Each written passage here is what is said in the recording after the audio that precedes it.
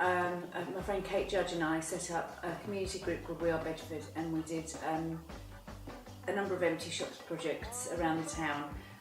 And from that experience, it became obvious that there was quite a lot of cultural activity in the town that wasn't really being reported by the traditional media. Also, there are a lot of businesses, events, people, places, things that go on in the town, again, that just fall under the radar. So it seemed to me that there was a really big gap in the market for a publication that would fulfill kind of like a fanzine, a listings guide. Kind of the idea of it was a bit like the Guardian guide, a little bit of Viz, a little bit of Time Out, but something that's kind of quirky and cool and something that Bedford deserves, really. And then you just... So I just said, so in the summer of 2011, with not really much of a thought about what I was doing, I just decided to set it up, which I did, on a shoestring, and luckily loads of people in Bedford really got the idea, really got behind it, and we're 2 years old now. It was pretty crazy at the beginning, but we've got into a bit more of a 2 years down the line, we've kind of worked it out, and yeah, things are getting easier. It's getting, we're more established, and it's still a bumpy ride. It's still kind of every month is, oh, how's it going to go this month? But you know, that's kind of the thrill of it, really. I wouldn't like it if it was predictable. But that's the beauty of it, because no issue's the same. There's always new stories. There's always new things. I'm always meeting new people. Like even meeting you. You know, you're always meeting new people. How can you not love doing that? If you were to put one of those Lonely Hearts columns in a newspaper, how would you describe yourself in that? What would you put?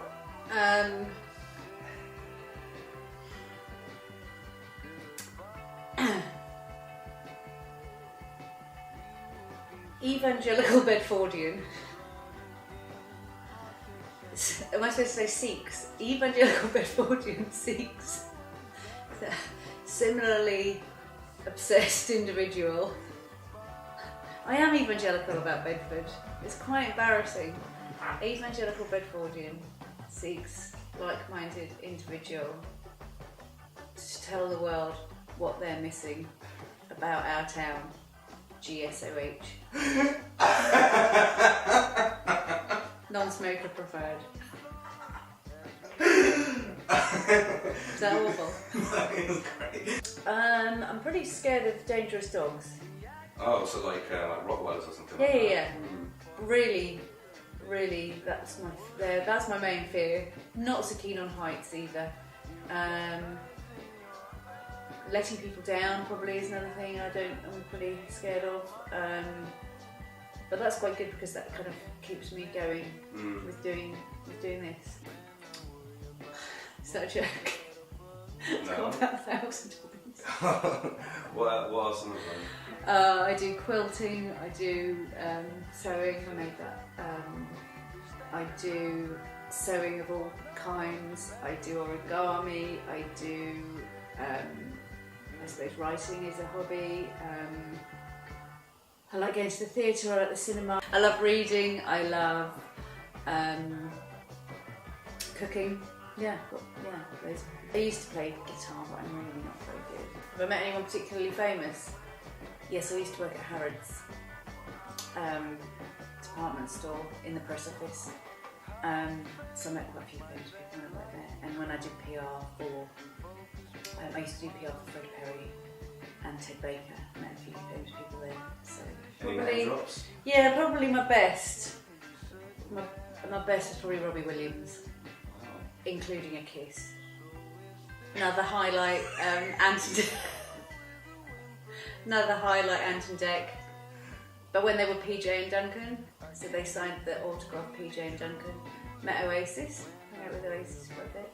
Jane Perrone, who is the gardening editor of the Guardian newspaper, she writes for the Clangers. So obviously her area of expertise is gardening, so it makes sense for her to write about that. Stephen Bywater, who writes about food, that's his area of expertise, so he sticks to that. Paula Walker, who's a really good contributor, and she's up for she and I kind of talk about things that are coming up that month, and then we decide between us what would be suitable for her to cover.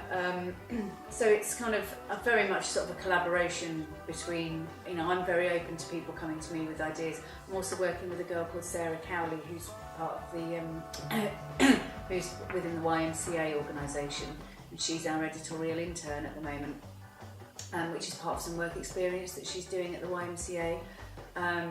And her life experiences make her suited to writing about things like her experiences within the YMCA, homelessness, that kind of thing, the things that she's passionate about raising awareness of. So that, again, that's another different kind of strand. There's something for everyone in the Bedford Clanger, so it's very difficult. We don't have a particular demographic, because I would like to think that it's as interesting to a teenager as it is to someone in their 80s. I think that's the beauty of our town. There's so much going on, there's something for everybody.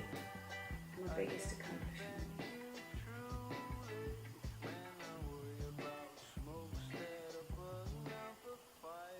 Sort of ongoing, really. Ongoing, because I think my children are probably, I would say, is my biggest accomplishment, because they just never cease to amaze and amuse me, and it's kind of different every day. And because I've got boy and girl twins who are 5, so there's much room for hilarity. And as they get older and they're their own people and they say things and you're like, oh, you're quite funny, you know. And I think that's, and I hope that I mean, I know my husband will be a positive role model for them, but I hope that I am a positive role model for them in showing that you can combine being here at home with them, but also working and hopefully creating something that hopefully this work that I do enhances other people's lives, and I'm hoping that the stuff that I do at home enhances their lives. So yeah. God, this is when it's going to be so patently obvious that I don't like anything modern. That doesn't matter.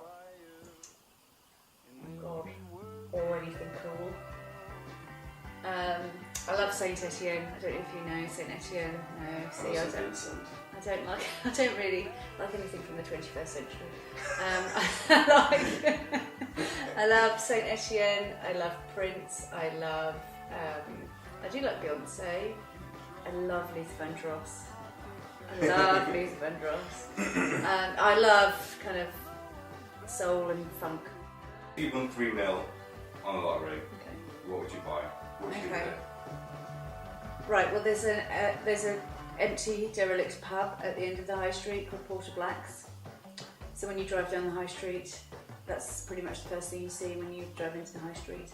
So I would buy that and I would do something with it. I would put some really amazing graffiti on the outside of it, like "Welcome to Bedford, people." I don't know what I'd do inside. I'd probably ask people if they wanted to do stuff inside it, but I would transform that, and then I would I'd do stuff in the town. I think that's really pathetic, isn't it? No. I'd go on holiday. I'd go like on a really amazing holiday, and I'd pay off my mortgage, and I'd take my husband away somewhere amazing, and the kids would have nice stuff. But after that, I'd buy Porter Black's. So after all the stuff for me. After all the me stuff, yeah. After all, yeah. And then I do, yeah. But I've got, I've seen these amazing street lights that are like big lampshades that I just know would look so amazing down Lime Street. But who's going to pay for that? That is true. My lottery winnings. It's going down like this. I'm just I'll just become like a philanthropic benefactor for Bedford. And then they'll make a statue. And then they'll make a massive statue of me next to, Next to John Bunyan. overshadowing John Bunyan. Bigger than, like that.